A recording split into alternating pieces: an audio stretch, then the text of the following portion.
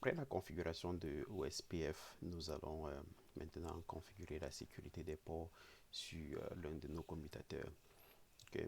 Et fait aussi du DHCP.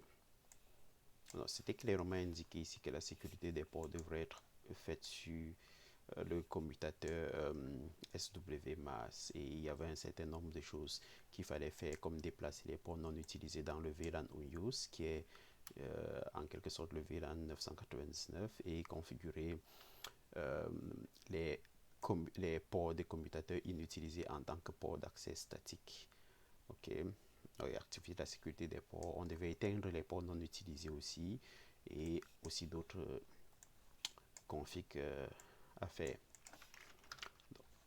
Quand j'ai une question comme celle-ci, je peux tout simplement repérer les ports qui sont connectés actuellement au device, et si je les éteins, pardon, ici on a le 16 qui est connecté, on a le giga 01 et 02. Donc à part ces ports là, je vais éteindre le reste.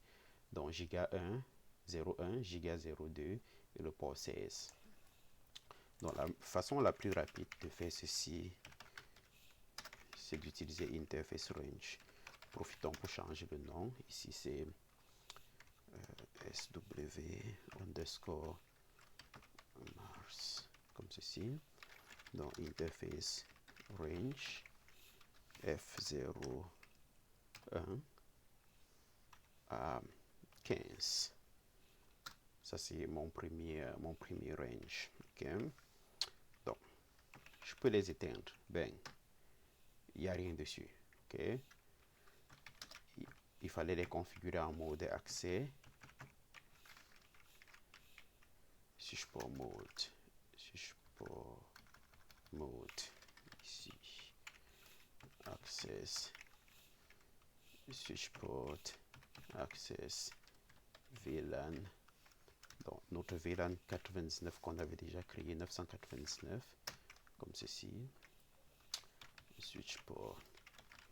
Mais là, il est vraiment déjà down. Donc, il est déjà comme foutu. Parce qu'on les a éteints. Donc, on va aller encore avec notre commande interface range. Cette fois-ci, on va aller de 17 à 24. Ok, parce qu'un commutateur, on a 24 ports. On va faire exactement les mêmes commandes. Switch port, mode, access. Switch port, access, VLAN 999. Je vais faire aussi shutdown. Je les éteins. Switch port, port security, non, port security, comme ceci. Bien entendu, sauvegarder au fur et à mesure que vous avancez, c'est important. Ok, donc ça c'est fait. J'ai désactivé les ports non utilisés. Je les ai déplacés dans le VLAN non unused, qui est le 999. J'ai aussi, bon, ça c'est, on est rendu ici. Donc j'ai activé la sécurité des ports. On est à ce niveau maintenant. Donc, limiter à 2 le nombre d'adresses MAC permises sur le port SWMAS connectant PC, PCMAS. Ici, ok. Donc, PCMAS, lui, il est connecté au port F16. Donc, je vais aller interface F16. Ok. Donc, je vais activer ma sécurité des ports déjà là. C'est switchport. Vous allez voir, souvent quand on veut directement activer la sécurité, il dit rassurez-vous que ça c'est en mode accès, ou que c'est pas en trunking ou dynamique ou des choses de ce genre. Switchport, switchport, port security, non, port security, comme ceci. Donc, c'est de ça que je vous parlais. Rejected. Ok, donc vous devez d'abord faire switchport mode access comme ceci avant de faire switch pour security comme ceci. Ici, limiter à 2 le nombre d'adresses MAC. Donc, on ne veut pas que plus de 2 adresses MAC soient acceptées sur cette sur cette interface. Donc, on va toujours utiliser une commande switch port, port security, MAC address. Donc, non, maximum, pardon. Ici, c'est maximum. J'ai oublié. Maximum. Donc, vous devez utiliser maximum. Ici, switch port, port security maximum. Et vous devez mettre le chiffre après. OK? Maximum. Donc, pour nous, c'est 2. On veut un maximum de 2 ici. OK. Donc, ça, c'est pour cette question. On voulait limiter à 2 le nombre d'adresses MAC qui peut être autorisé ici. Configurer une entrée statique dans la table d'adresse MAC pour MetaVS. Ici, dans MetaVS, je vais aller chercher son adresse MAC. IP config all.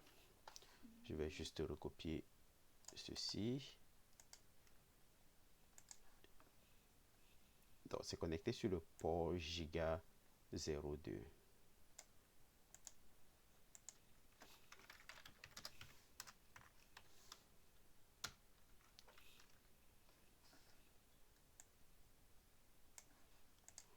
Donc, switch port mode access, switch port port security, switch port port security, MAC address, et je vais mettre mon adresse MAC ici, comme ceci. Ok, j'ai juste mis l'adresse MAC que j'ai recopié tout à l'heure. Ok, donc de cette façon-ci, cette adresse MAC va rester au niveau de ce port, ok, comme gravé au niveau de ce port. Est-ce qu'il y a quelque chose d'autre qu'on a oublié? C'est un petit peu ça pour la sécurité des ports, et je vais sauvegarder, bien entendu. Ok, pour ce qui est du DHCP, c'est vraiment les commandes habituelles sur un routeur. Le routeur Afrique ici, il fallait faire configurer notre DHCP. Il fallait se rappeler de configurer aussi le relais, ainsi de suite. Exactement les mêmes commandes que nous avons eu l'habitude de faire. Okay? Donc, on va y aller. Conft. On va y aller dans l'ordre. Okay? Il y a des adresses à exclure. On doit créer des pools également pour un certain nombre de VLAN, donc comme vente, achat et client. Okay. Donc, je peux commencer par exclure mes 10 adresses pour les 3 pôles. IP, D, HCP, excluded address, et je mets ce que j'exclus, 192.168.14.1. Rappelez-vous que le point 10, c'est parce que j'ai supposé que mon numéro d'étudiant se termine par 10, les 2 derniers chiffres. Et 192.10, je vais tellement 168.10.14.10. Donc, j'exclus les 10 premiers. De 1 à 10, je les exclus. Je fais la même chose pour le VLAN 20, comme ceci. Donc, si vous décidez de rappeler les commandes, faites attention de ne pas faire l'erreur, ça pourrait fausser vos calculs. Donc, j'ai aussi le VLAN 35, comme ceci. Je change aussi 35 ici. Donc, pour ces 3, j'exclus les 10 premières adresses. Maintenant, je vais créer mon pool avec IP, DHCP, pool. Donc, il fallait créer un pool qui s'appelle vente. Je crée le premier pool qui est vente. Je préfère souvent les mettre en majuscule, c'est plus facile à lire. Ok, network. J'annonce mon réseau, le réseau que mon DHCP va distribuer ici, qui est le 192, le VLAN vente. Si vous n'êtes pas sûr, vous pouvez aussi regarder ici. Ici, vente, lui, il est dans le 14. Ok. Je reviens là. 10.14. 14.0 et c'était du 255.255.0. Ça, c'est mon network. Il me faut mon default router 192.10.14.1. Ça, c'est ma passerelle par défaut en quelque sorte. Et le DNS server, ça, je dois vérifier dans le tableau. Pour le DNS server, l'adresse était donnée. Donc, pour mon serveur DNS interne ici, plus haut, donc, 0.4.254 pour mon serveur DNS, c'est ceci. Donc, c'est cette information que je vais utiliser pour ma configuration. Dans mon serveur DNS 192.168.4.254. Ok, donc c'est ça. Donc, il n'y avait pas nécessaire, je n'avais pas demandé de mettre, de signaler un domaine, donc ce n'était pas obligatoire. Il y en a qui ont inventé des choses, ils ont mis, mais ce n'est pas quelque chose que j'avais demandé, mais vous n'avez pas non plus été pénalisé parce que vous avez ajouté un domaine. Ok, un autre pôle qu'il fallait créer, c'était le pôle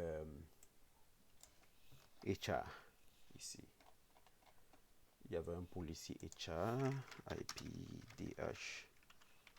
DHCP, pôle, HR, comme HR ici. Et HR est dans le VLAN 20. Donc, tout le temps, juste se rassurer que l'information que vous mettez concorde. HR est dans le VLAN 20.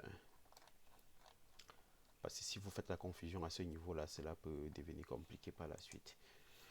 Donc, mon network, je vais juste rappeler mes commandes ici pour que ce soit plus rapide. Donc, 20.0,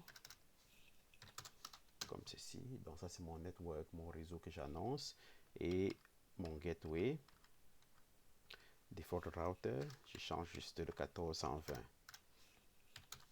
Ok, donc ça j'économise juste un petit peu en temps de saisie. DNS server, le DNS ne change pas.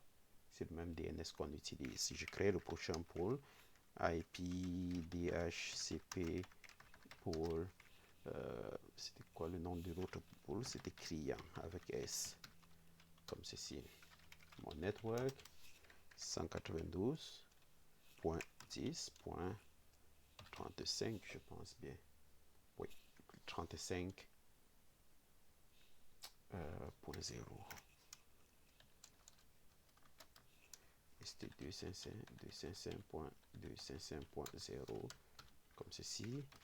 Default router 192.10.35.1.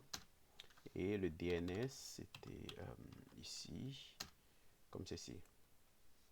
Donc voilà mes différents pôles créés sur mon routeur Afrique. Ok.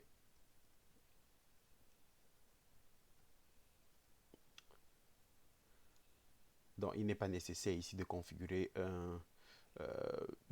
donc comme de configurer de créer un pôle pour le VLAN natif. Donc c'était pour dire n'allez pas créer un pôle pour le VLAN sans ok, dans l'esprit de l'examen, on ne voulait pas que ceux qui sont dans le VLAN sans qu'ils aient accès au DHCP. Donc, il faut faire toutes les configurations nécessaires pour que ça fonctionne. À ce stade-ci, ça ne peut pas fonctionner. Bien entendu, on sait tous pourquoi. Si je viens ici, je demande une adresse, je vais jamais l'obtenir. Ça, c'est pas possible. Ça ne va pas fonctionner. Donc, parce qu'on n'a pas achevé nos configurations. Vu que mon serveur DHCP n'est pas dans mon réseau local, il faudrait donc au niveau de ma passerelle par défaut, j'indique où se trouve le serveur DHCP au niveau de ma passerelle. Parce que lorsqu'ils vont faire un broadcast ici, ils ne vont pas trouver en local, ils vont s'adresser à la passerelle par défaut. Et s'il y a l'information au niveau de la passerelle par défaut, la passerelle par défaut va dire, oh ok, en fait, le serveur DHCP n'est pas dans le réseau local, mais il est à tel endroit. Et j'aurais indiqué l'adresse IP de cet endroit-là. Ok, donc je viens ici sur notre routeur Europe où on a fait nos configs. Ici, je vais faire interface G02. Donc, je vais aller dans la première sous-interface, n'est-ce pas? Ok, IP help address, help address, et je vais indiquer l'adresse du routeur. Je vais indiquer celle-ci, comme ceci, qui est 10.00.1 ici. Je fais la même chose avec la sous-interface 20.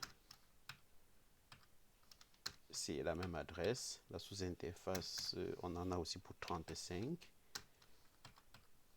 Bon, pas besoin de faire ça sur 100 parce qu'on n'avait pas besoin de DHCP pour le VLAN 100.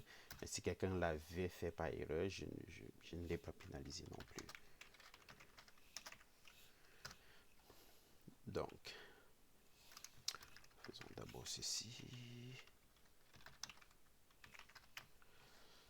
Donc, ça se peut qu'on ait besoin de redémarrer notre processus OSPF pour que cela fonctionne, mais ça, c'est pas mal toutes les commandes qu'il fallait faire. Donc, vous rappelez, quand on configurait OSPF, il a dit qu'il faut redémarrer le processus OSPF, on ne l'a pas fait. Donc, on a besoin de OSPF ici pour distribuer la route. OK? Donc, ça se peut qu'on ait vraiment besoin de le faire pour que tout soit fonctionnel. Et aussi, il faut vérifier est-ce que OSPF est en train de bien fonctionner. C'est des choses que vous devez vérifier. IP route. Ok, donc je vois ici, la route par défaut est reçue ici, ce qui est plutôt bien. On va voir si ça aide en faisant ceci.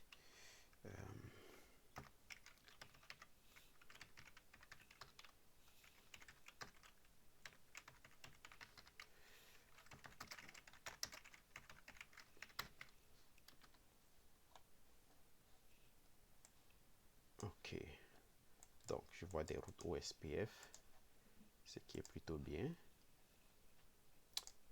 Ici, réessayons avec ce PC. Ok, donc on voit que lui, il obtient déjà l'adresse IP. Donc des fois, ça peut prendre un petit peu de temps. Donc ça, c'est correct. Donc ça, c'est fait. C'est tout ce qu'il y avait à faire concernant la config de DHCP. On va arrêter cette portion de la vidéo à ce niveau. Si vous avez des questions, n'hésitez pas. Merci.